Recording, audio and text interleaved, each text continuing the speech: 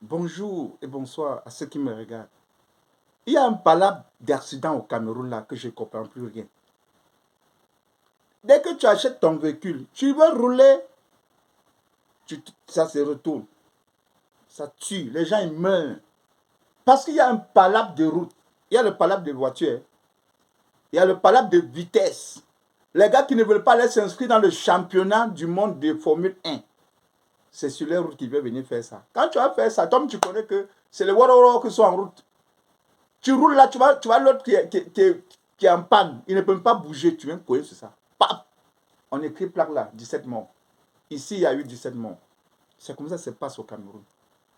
Il y a maintenant, voiture là, que vous là même, les pièces détachées là, vous ne connaissez pas ça. Vous voulez toujours improviser. Vous cherchez la pièce d'une autre marque de voiture, vous mettez sur ta masse, ça ne correspond même pas. Les garnitures, tu coupes, caoutchouc là, tu coupes. Tu vas dans un quartier de la place, on improvise toujours, on met, après en route, tu meurs. Tu parles de quelle sorcellerie? Quelle sorcellerie? Quelle sorcellerie? Visite technique, tu vois un véhicule, les pneus seulement, on dirait la tête de Manu Dibango. Là, ça roule. Pour ces préventions routières, on ne sait pas ce qu'ils font en route. Voilà, on ne sait pas ce qu'ils font. Ils ont même placé des radars en route. Ça te filme. Tu viens, tu donnes tes 5 000, 10 000, 15 000, tu pars. Tu peux aller tuer qui tu veux devant. Tu tues qui tu veux. Hey, ça, c'est pas un palabre. C'est pas lui qui est dans la voiture là. C'est pas lui qui est dans la voiture. Vous mourrez, vous mourrez. Il a eu son agent. On dit non, radar t'a filmé. C'est bien. Tu viens là, au lieu qu'on retire ton permis, on t'immobilise pendant 5 heures de temps, tu paies même ton voyage, on préfère vous laisser passer. On peut vous laisser. Même si route est mauvaise, c'est vrai, mais tu peux rouler lentement, tu arrives. Mais vous êtes pressé. On dirait que non. Le chauffeur roule, il va un day. Toute la nuit, il ne dort pas.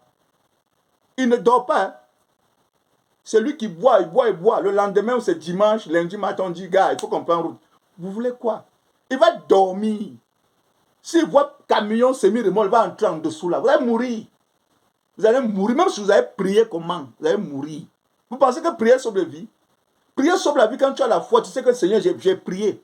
Mais comme je suis sous là, il faut que je dors, je me repose. Mais vous ne voulez pas ça. Quand vous avez prié, Dieu va conduire. Tu vas fermer tes yeux, la voiture, Dieu va conduire à ta place. Vous mentez.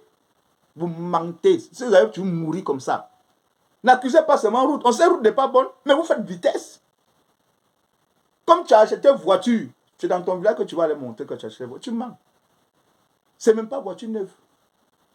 Vous achetez des voitures d'occasion qui a fait 15 ans, 25 ans, que l'Europe a dit non, on ne veut plus ça. C'est là la poubelle d'Afrique. Ils achètent, ils viennent se vanter. Vous allez partir mourir. Vous allez mourir. Ce n'est pas les blagues. Quand vous roulez dans la ville, vous êtes fier que tu as voiture. Quand tu prends route, c'est toi qui vas aller à 150, 180. Parfois même le guide cale là-bas. Ça dit que mon frère, tu as trop appuyé. On ne m'appuyait pas souvent comme ça avant. C'est comme ça que tu vas mourir.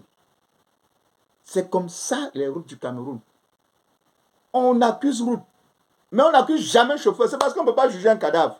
C'est que lui va même nous dire que vraiment, moi, je roulais. Parfois, même quand il faut souvent poser, quand il y a des accidents, vous posez question au cadavre du chauffeur que mon frère, tu roulais comment?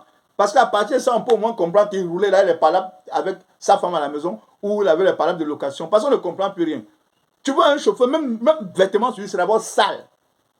Il ne sait pas brosser, il ne sait pas laver. Il prend route, il conduit les familles des gens. Quelqu'un qui a le retard de sommeil depuis de 6 mois, il conduit les gens. Et les passagers, eux, ils n'ont pas parlé. Comme ils veulent voyager, je m'en vais un day. Ils ne regardent même pas l'état du véhicule, même pneus, même l'intérieur du véhicule même. Les passagers n'ont pas ceinture de sécurité.